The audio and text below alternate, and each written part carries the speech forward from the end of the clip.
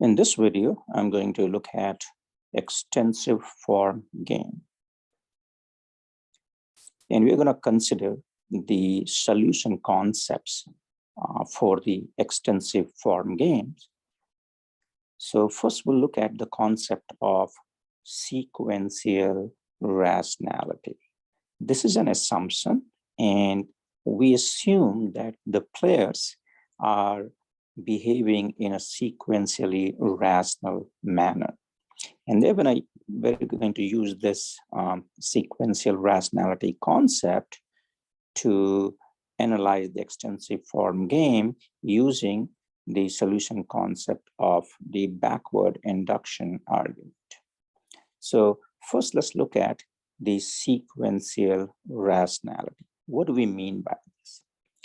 So an optimal strategy for a player should maximize his or her expected payoff, conditional on every information set at which this player has the move. Meaning that the player I's strategy should specify an optimal action from each of the player I's information sets, even those that player I does not believe ex ante will be reached in the game. So let's look at an extensive form game to understand the concept of sequential rationality. So here we have a game where we have two firms competing. So firm one is the incumbent firm here. So firm one is the incumbent firm, and firm one is the potential entrant. So let's write it down, potential entrant.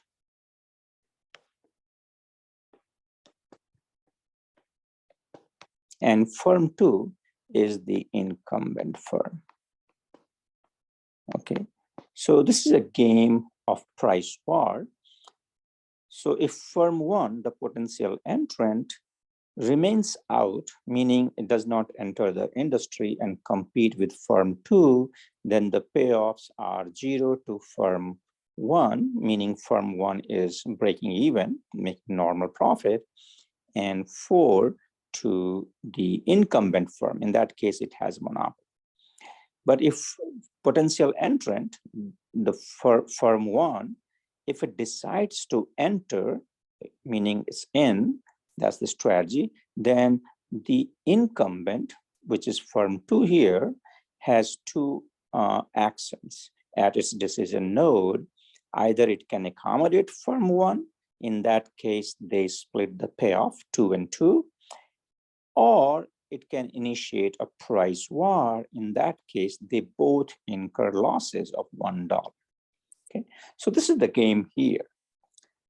So let's convert this game into a normal form game. So here you have the normal form game where it's a 2x2 game. Player one, the potential entrant, has two strategies in and out, and the incumbent, which is firm two, has two strategies: accommodate or initiate a price war, and the payoffs are given here.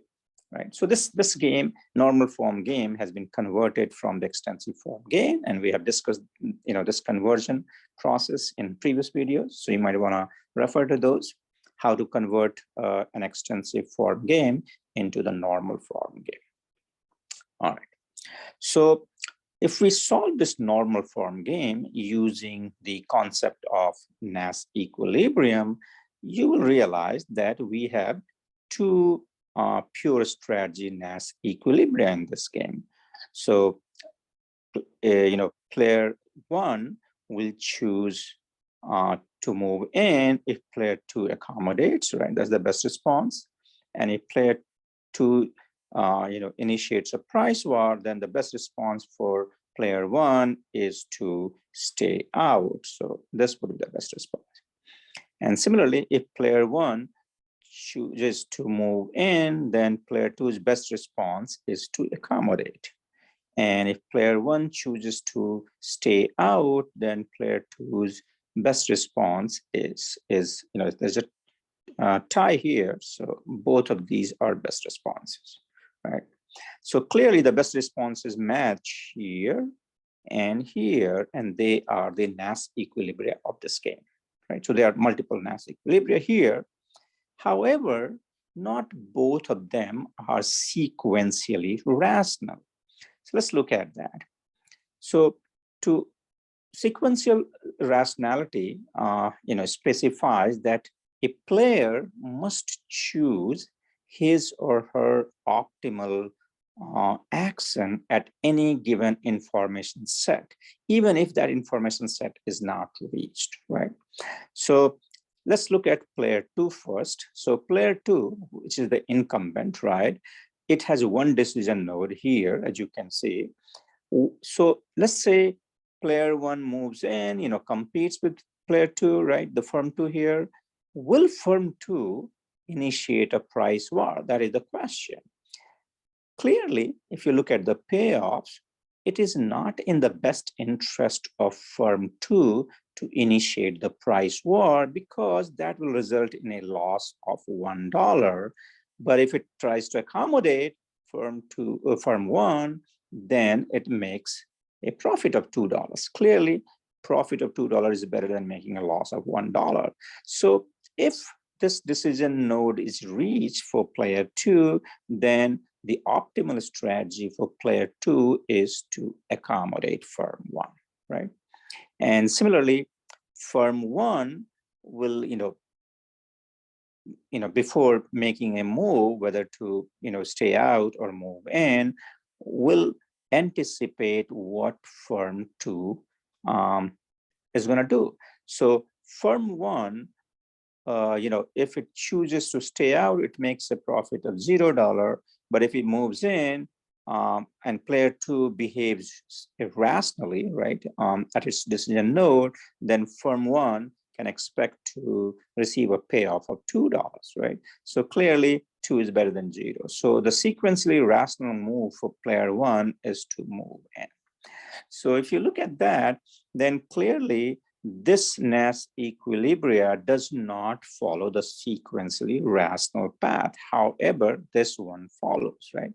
So this one follows the sequentially rational path, but this one, the Nash equilibria given by O and P is not, because player 1 will not, when it chooses out, that's not a sequentially rational strategy for player 1. So player 1 would not choose that. So as you can see, sequential rationality assumption allows us to remove one of the Nash equilibria from this game. So you can think of it as a refinement of Nash equilibrium concept. All right. So that's the idea behind sequential rationality. Next, let's look at the solution concept of backward induction argument. So backward induction argument is the process of analyzing. So let's look at it. So it's a process of analyzing a game from the end of the game to the beginning of the game.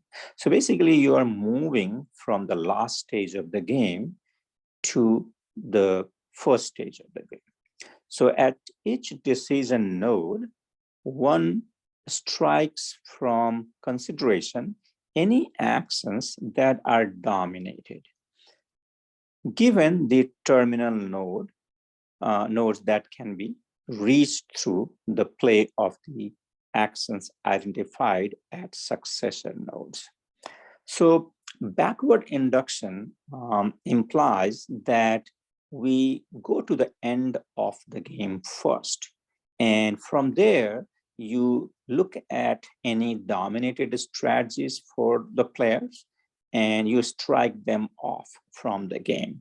And then you are going to move to the next stage, you're moving towards the first stage. So if there are several stages, let's say you have 4 stages in the game, so then you go to the 4th stage first, and you're going to identify which one are the dominated strategy. You strike them off. Then you move to the 3rd stage of the game, and whoever is playing the 3rd stage will look at what are the strategies, what are the payoffs, and then you are basically going to delete the dominated strategies there, and then in this way you're moving to the 2nd and the 1st stage of the game, right?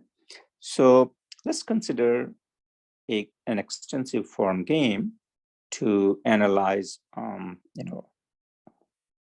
So here we have in this game we have 2 players, player 1 and player 2.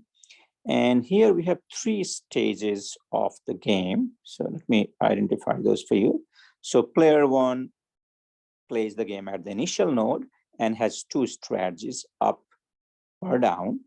And then player 2 gets to see what player 1 did in the 1st stage of the game. And player 2 has 2 decision nodes, upper node here, bottom node here, for every action of player 1. And player 2 has 2 strategies at every decision node.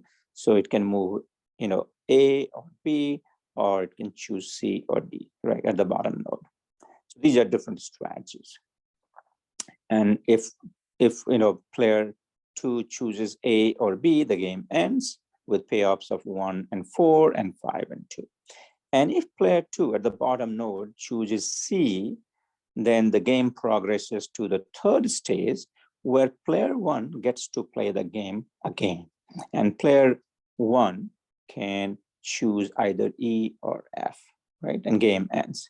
But if player 2 chooses D, then game ends with some payoffs. So I'll give you some payoffs here.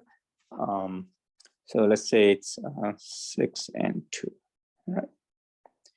All right, so that completes this extensive form game here. So let's use the concept of backward induction argument to solve this game, right? So first we go to the last stage of the game. So the last stage of the game is the 3rd stage, where player 1 gets to play the game. So here, right? So the question is, if this node is reached, and that's conditional on player 2, getting to play at the bottom node and choosing C, right? It's all conditional on that.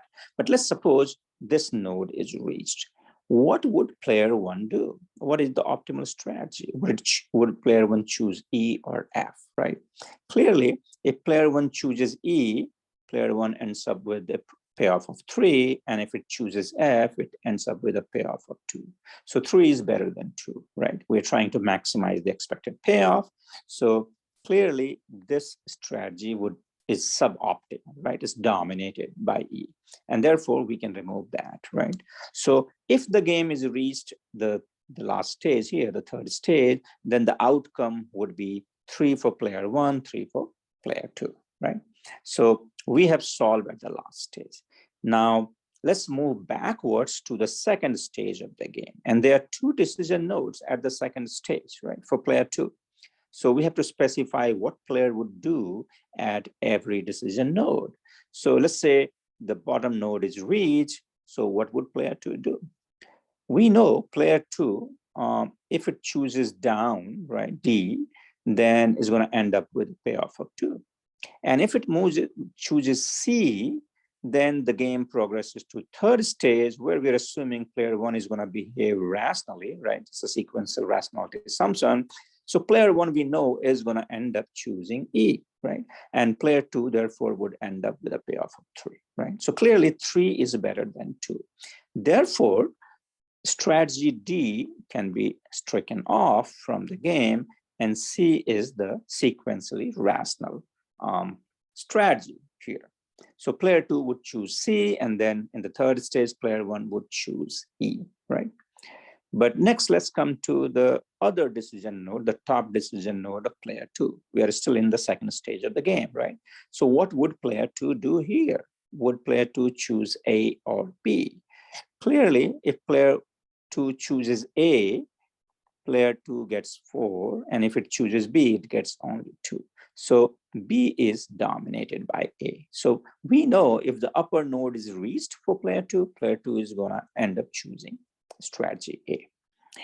Now the game moves to the first stage of the game, where player 1 gets to choose the game. So player 1 knows that if it chooses up, player 2 will get to play the game in the second stage at the top node and will end up choosing A. And therefore, player 1 would end up with a payoff of 1, right? And then player 1 knows that if it chooses down in the first stage, then player 2 will choose C in the second stage. And then player 1 gets to play again, and player 1 will choose E and will end up with a payoff of 3, right? So clearly, if player 1 chooses down, the end payoff, right, the final payoff that player 1 expects to get is 3. But if player 1 chooses up here in the first stage, player 1 expects to get a payoff of 1. So 3 is better than 1. So clearly, up is dominated by down. So player 1 in the first stage would choose down, and player 2 will get to play the game, and the second stage will choose C, and then player 1 gets to play the game again in the third stage, where player 1 would choose E. So this is your equilibrium path here, right, in the game.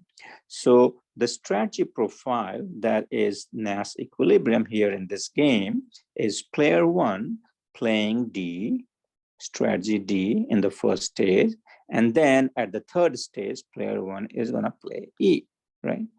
And player 2, if, game reaches the upper node of player 2, which is not the case here, but you still have to specify what would be the optimal strategy for player 2. So we know player 2 will choose A. So A, which is out of equilibrium path, but you still have to specify because that's the way strategies are written. And then player 2 at the bottom node will play C. So this is your Nash equilibrium in the game using the backward induction argument.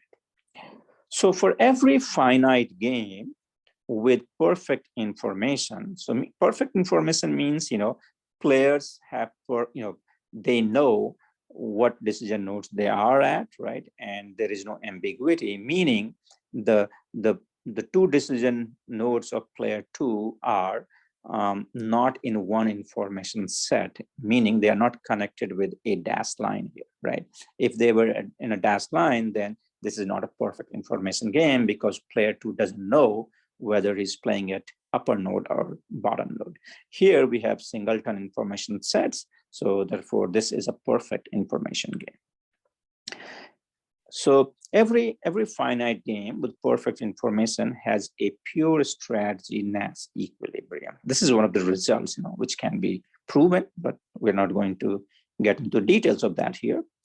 So backward induction argument identifies an equilibrium in the case, identifies an equilibrium for every finite game with perfect information. So if there is a tie in the payoffs, right? So ties in the case of payoffs, so meaning, there is a 3 and 3 here too, over here 3 and there here 3, right? So there's a tie, right? Think like that. So if there is a tie, then there may be more than one Nash equilibrium and more than one sequentially rational strategy in the case of ties, right? But whenever you don't have any tie and game is, structured like the one I just described here in this game, then backward induction argument leads to a pure strategy Nash equilibrium of the game.